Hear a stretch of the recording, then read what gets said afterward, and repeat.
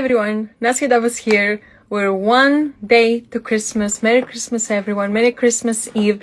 I hope you're having a great time today, enjoying with your families and having a nice time. So as promised, every day I am sharing one tip to help you and empower you to start your quit smoking journey in 2025. And if you have already quit smoking, to protect your success and remain smoke-free. Hi everyone, welcome. How is everyone doing? Merry Christmas. So today we're on tip number 9 out of 10. So tomorrow is our last tip, last day. And if you want to watch the rest of the videos, the previous videos of this little challenge, you can do so on this profile. I have a highlight where you can see all the other videos. So yesterday we talked about the physical withdrawal and the truth about withdrawal and what is the silent withdrawal according to the CBQ method and how you can help yourself have a silent withdrawal. So today, as promised, we're going to talk about the psychological aftermath of quitting smoking. So when I was a smoker, I was terrified of the physical withdrawal, but I was also terrified of what I thought was the psychological withdrawal after quitting smoking. I thought that quitting smoking comes with additional stress, additional depression, and additional anger and irritation. And in my mind, because of my past experiences, because of the experiences I've seen other people, I always thought that quitting smoking caused those emotions. But the truth, I learned later on the hard way that it's not the case. Quitting smoking is not causing bad emotions, negative emotions. And when I say negative, I mean unpleasant emotions, because there is no emotion that's negative. Actually, I'm going to do a bit of, I think it's important to talk about emotions, like a parenthesis to this. Our emotions are not neither positive nor negative. They're just signals. They show us what to pay attention to. Stress is a signal that we need to slow down. Overwhelm is a signal we need to prioritize. Anger is a signal that an ought was violated. We think this ought to have happened and it didn't, and that makes us angry. So our anger shows us where we have mismatched expectations between the reality and what we expect it to be the case. And depression is a signal that something has to change, either in our environment or in our mindset, that we need to take action. So all emotions are good in the sense that they have something to teach us. But of course, not all emotions are pleasant. But when we quit smoking, we tend to think that, oh, quitting smoking is going to make me stressed. It's going to make me angry. It's going to make me depressed. And that is not the case. Let's talk about each of those things. Stress, and I talked about stress 2 or 3 videos ago. When we smoke, especially from a young age, we learn, we teach ourselves, we program ourselves to respond to stress by lighting up a cigarette. But a cigarette is not really helping us soothe our stress. A cigarette is only relieving the craving. So after smoking a cigarette, we feel better because we relieve the craving. And we think that feeling better means that we relieve the stress. But of course, a cigarette is not changing the source of stress. It's not really relaxing us in our body because nicotine is more of a stimulant. If anything, it's making us in our body more agitated than relaxed. So, and the most important thing is that when we take a puff, we change our breathing from a stressed breathing, which is shallow and interrupted, to a slow breathing, which is deep.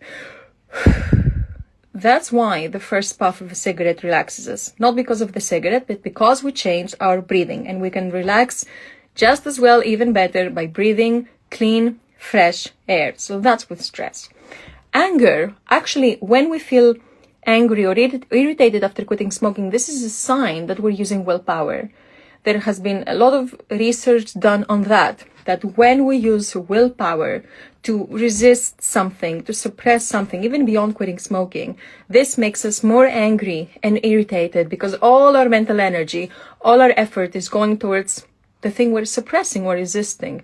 And of course, the same applies to quitting smoking. When we use willpower to resist our cravings and resist a cigarette and resist the desire to smoke, this is what makes us angry and irritated, not the fact that we're missing our best friend and our crutch. So if you're feeling that angry or irritated, first of all, check, what does my anger show me and tell me? What expectation has it been mismatched? And two, ask yourself, am I using willpower? Because you most likely are. And when it comes to depression, well, our body, our brain, and there has been research on that about quitting smoking, the dopamine in our brain balances back 30 days and to the maximum 90 days after quitting smoking. So in total, 3 months after quitting smoking, almost all of the dopamine has bounced back. Because when we smoke, nicotine is messing up the dopamine balance in our brain. We start relying on nicotine to release our dopamine, and then we develop tolerance and we need nicotine to feel normal. So all this starts to heal, and it's healed 90 days, 3 months after quitting smoking. That's what research has said. Now, when I usually share this, what people ask me is, okay, does this mean I have to suffer until that happens? And the answer is, of course not. This is just a good information for you to know that your brain is working really hard to heal all the abuse that nicotine has caused it. But of course, you still need to overcome the mental addiction, so you will stop seeing smoking as something that you desire and you need and adds value to your life. And you have to teach yourself healthy coping strategies. It's not like 90 days will pass and suddenly all is going to be good. You have to teach yourself how to cope. And especially as a smoker, and I've seen that from thousands and thousands of people that I've helped, when we smoke, especially from a young age, we never teach ourselves, we never give ourselves the opportunity to learn healthy ways to cope with any emotion. We just reach for a cigarette and we push everything under the rug. But of course, pushing it under the rug is not resolving it. So while your brain is healing, you need to teach yourself new coping strategies. And the most important thing is that you need to change your relationship with smoking. Because if you see smoking as something that you need and want and adds a value to your life, then time will pass, years can pass, and this is not going to change how you feel. So all those pieces need to come together. But the most important thing when you think about the psychological aftermath of quitting smoking is that smoking and any addiction, but especially smoking and vaping, is like you are in an abusive relationship. You think you're getting something, but you're not. You think you're getting something, but you're not. It is mostly fear that keeps you in that abusive relationship. The fear of what if what happens next is worse. This is the same with all abusive relationships. The fear is keeping us in those relationships, not the value we get from that relationship. It's our own fear. So what addiction does to keep us in its trap is it tells us those negative what ifs. What if I fail? What if I am unhappy? What if I will never relax again? What if I go through pain and then I relapse? What if I lose my friends that we smoke together? What if I turn into someone else? Notice the pattern here. How come all those what ifs are negatives? Because they come from our addiction. The truth is that a positive what if, a positive possibility of the future is equally possible, but our addiction never takes our mind towards that direction. So if you can tell yourself, what if I fail? You can equally tell yourself, what if I succeed? What if it's easy? What if I'm happier than before? What if I simply don't know how to learn to be a non-smoker? But it's not a matter of ability of whether or not I can do it. It's a matter of learning how. What if I'm able to connect better with other people when I show up in conversations and relationships as my authentic self, not as my addicted self?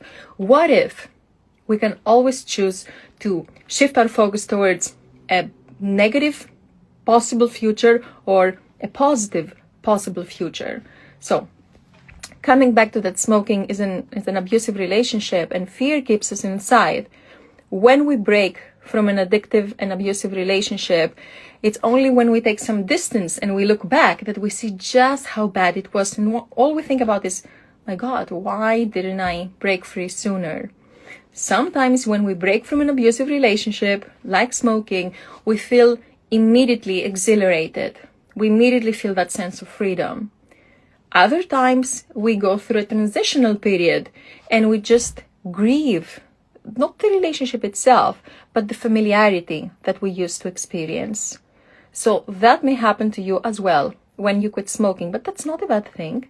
If you find yourself, whether you experience the immediate exhilarating feeling of freedom, or you experience yourself grieving what was familiar and is not anymore, just give yourself grace and know that it's part of the process, but you will experience that amazing feeling of freedom. Why? Because it's the reality. Freedom, it's just comes from not being tight and tightened and enslaved to something else.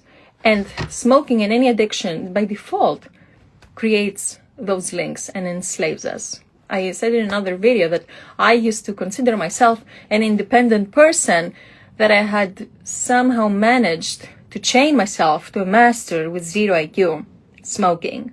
So freedom, it's the reality and what really comes after breaking free from an addiction. So whether you experience that immediately or after through a small transitional period, freedom will be yours.